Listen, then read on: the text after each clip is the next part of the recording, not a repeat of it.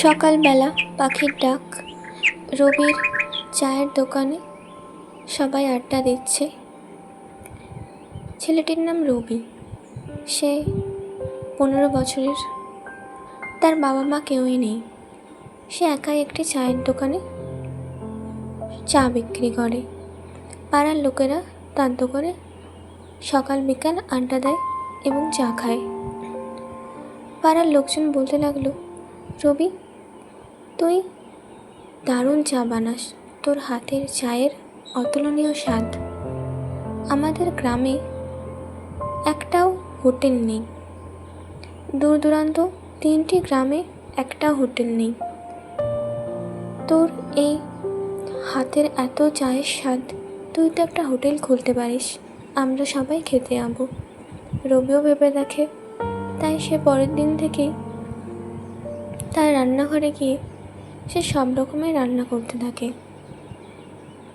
তার মা যখন মারা যায় তখন সে ছোট থেকেই তাকে রান্না শিখিয়ে দিয়েছিল।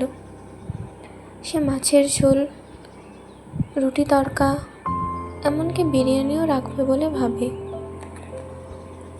সে বিরিয়ানি এবং ভাত, মাছের ঝোল, মাংস, সব রকম আইটেম রান্না করতে থাকে।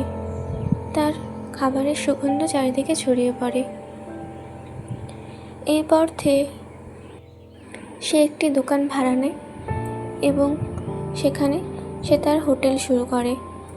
প্রথম দিনেই গ্রামের লোক তার হোটেলে ভরপুর। সবাই রবির হোটেলে খেতে যাচ্ছে। রবি বিরিয়ানিও রেখেছে। বিরিয়ানি নেওয়ার জন্য তার দোকানে তো লাইন পড়ে গিয়েছে। ভেতরেও অনেকজন খাচ্ছে। কেউ বলছে আর একটু মাংস দিয়ে যা রবি। কেউ বলছে, তোর হাতের এত স্বাদ, আমরা প্রথমেই বলেছিলাম তুই হোটেল কর। এইটুকু বাচ্চা রবি এত কম বয়সে সে ব্যবসা করলো এবং সে লাভবানও হলো। আজকের গল্পটি তোমাদের ভালো লাগলে অবশ্যই লাইক অ্যান্ড সাবস্ক্রাইব করে দিও।